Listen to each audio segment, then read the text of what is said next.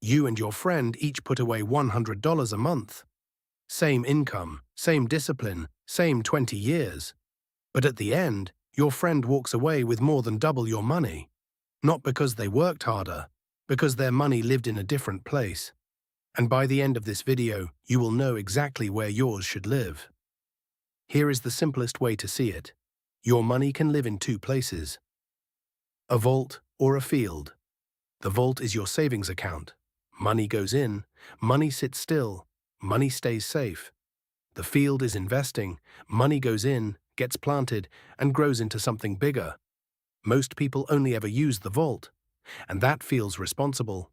But watch what actually happens inside it. The vault pays you interest. A tiny trickle, 1%, maybe 2% on a good day. Meanwhile, inflation quietly raises the price of everything around you by 2, 3, sometimes more percent every single year.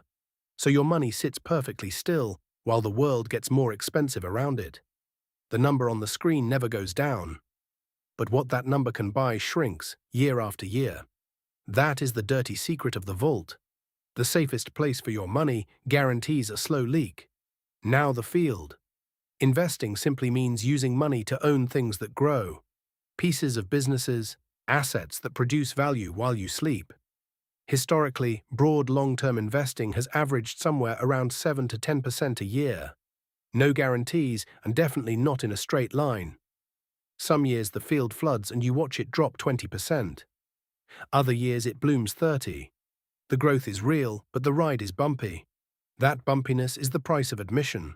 The vault charges you a leak, the field charges you a stomachache. So let's run the actual numbers. $100 a month for 20 years.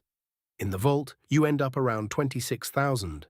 In the field, growing at historical averages, closer to $59,000. Same sacrifice, double the result. Stretch it to 30 years and the gap stops being a gap and becomes a canyon. The vault gives you roughly $45,000. The field, around $150,000. That is not a detail. That is a different life. So investing wins, right? Empty the vault? Plant everything? No. And this is where most people get burned. Because the field has one brutal rule. You can only harvest on the field's schedule, not yours. If life punches you in the face during a bad year, and you are forced to dig up your crops in the middle of a crash, you lock in the loss forever. People who invest with no safety net don't lose because investing fails. They lose because life forces them to sell at the worst possible moment. Which means the real answer is not vault versus field. It is vault then field in the right order. First, fill the vault with 3 to 6 months of expenses. This is your oxygen. It is allowed to leak because its job is not to grow. Its job is to stand between you and disaster, so you never have to touch the field in a storm. Second, any money you will need within the next 5 years, a home deposit, a car, a wedding, stays in the vault too. The field is too bumpy for short trips.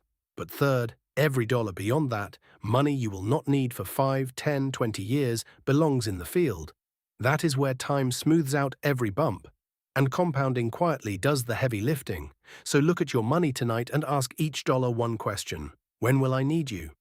Soon, you go to the vault. Not for years, you go to the field. Because savers protect money, and investors grow money. But wealthy people, they do both, in exactly that order.